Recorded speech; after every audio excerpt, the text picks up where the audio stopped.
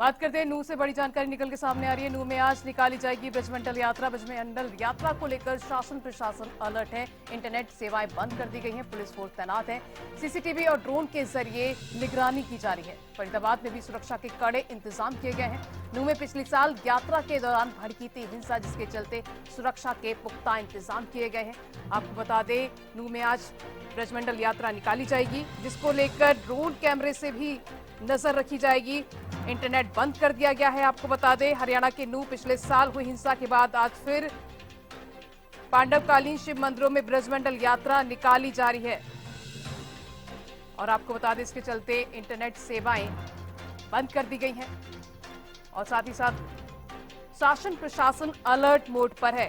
नूह में 2000 पुलिसकर्मियों की तैनाती की गई है और ड्रोन के जरिए निगरानी की जा रही है। यात्रा को दोनों तरफ से पुलिस ने सिक्योरिटी कवर दिया है। वहीं आपको बता दें, हरियाणा के नूह में हुई पिछले साल हिंसा के बाद आज फिर से ब्रजमंडल यात्रा निकाली जा रही है और जिसको लेकर शासन प्रशासन अलर्ट मोड पर है। इंटरनेट सेवाएं बंद कर दी गई हैं। पुलिस फोर्स तैनात किया गया है और सीसीटीवी और ड्रोन के जरिए निगरानी की जा रही है। तो नूह में आज ब्रजमंडल यात्रा निकाली जाएगी और जिसको लेकर शासन प्रशासन अलर्ट मोड पर है। दो तस्वीरें आपको दिखा रहे हैं, जहां नूह की और दूसरी तस्वीर फरीदाबाद की है, जहां पर पुलिस प्रशासन तैनात है। पुख्ता इंतजाम किए गए प्रशासन की तरफ से। वहीं फरीदाबाद की तस्वीरें आपको दिखा रहे हैं, जहां बैरिकेडिंग की गई है, चेकिंग की जा रही है। और आपको बता दें, ब्रजमंडल यात्रा को लेकर शासन प्रशासन काफी ज्यादा अलर्ट मोड पर है। हरियाणा के नूह पिछले साल हुई हिंसा के बाद आज फिर पांडवकालीन शिव मंदिरों से ब्रजमंडल यात्रा निकाली जा रही है और जिसको लेकर करीब नूह में 2000 पुलिसकर्मियों की तैनाती की गई है।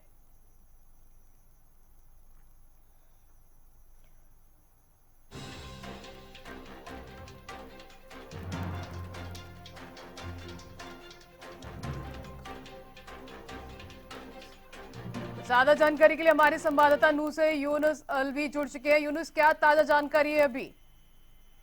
दीक्षिता, जिस तरीके से आपने बताया कि करीब 12 बजे ये यात्रा नूह के नरडेश्वर मंदिर से शुरू होगी, उसके बाद फिर बादस क्या नाम है, मालव गांव है, मालव के बाद करेड़ी गांव है, फिर बादस गांव है, फिर नगीना बड़कली चौक है, उसके बाद मांझी खेड़ा है, उसके बाद बूढ़ी कोठी है, उसके बाद कई नसीर पास है, उसके बाद फिरोजपुर झिरका के पहाड़ महारावली पहाड़ में स्थित है क्या नाम शिव मंदिर, वहां पर जाएगी। वहां जल अभिषेक करने के बाद जो है फिर वो वापस आएगी बड़कली, पुनः फिरोजपुर से बड़कली आएगी। बड़कली से फिर पिनंगवा पुनाना होते हुए पुनाना से करीब 4 किलोमीटर दूर आगे है, इसी रोड पर जो होडल पुनाना रोड है, इस पर जो है सिंगार गांव है। और सिंगार गांव को ये बताया जाता है कि श्री कृष्ण जी ने जब क्या नाम है महाभारत का युद्ध समाप्त होने के बाद आए थे, तो यहाँ उन्होंने श्रृंगार किया था, इसलिए गांव का नाम श्रृंगार है। तो यहाँ जो मंदिर है उनकी याद में बनाया गया है। तो वहां पर ये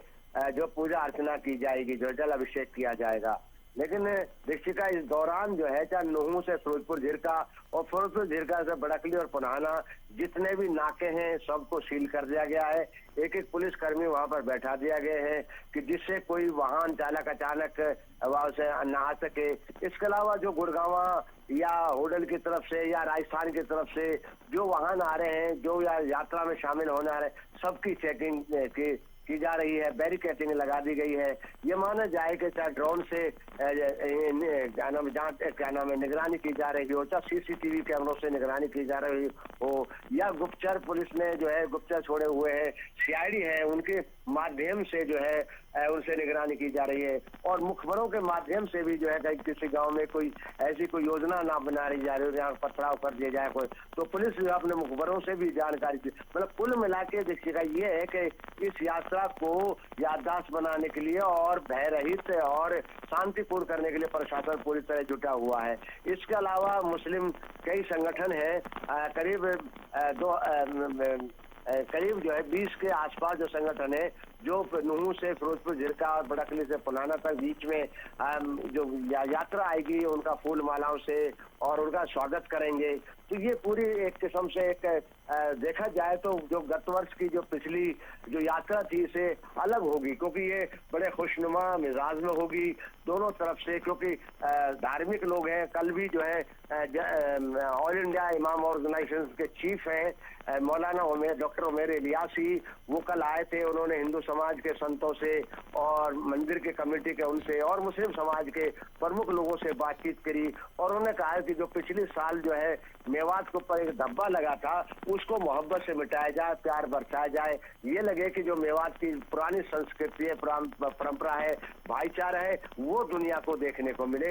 इसमें प्रशासन हो, सामाजिक लोग हो, उलेमा हो, धार्मिक लोग हो, सभी इसमें जुटे हुए हैं। जी दीक्षित, तमाम जानकारी साझा करने के लिए यूनिस आपका बहुत बहुत शुक्रिया। तो आपको बता दें नूह में आज निकाली जाएगी ब्रजमंडल यात्रा और आपको बता दें इसके चलते शाम 6 बजे तक इंटरनेट बंद किया गया है।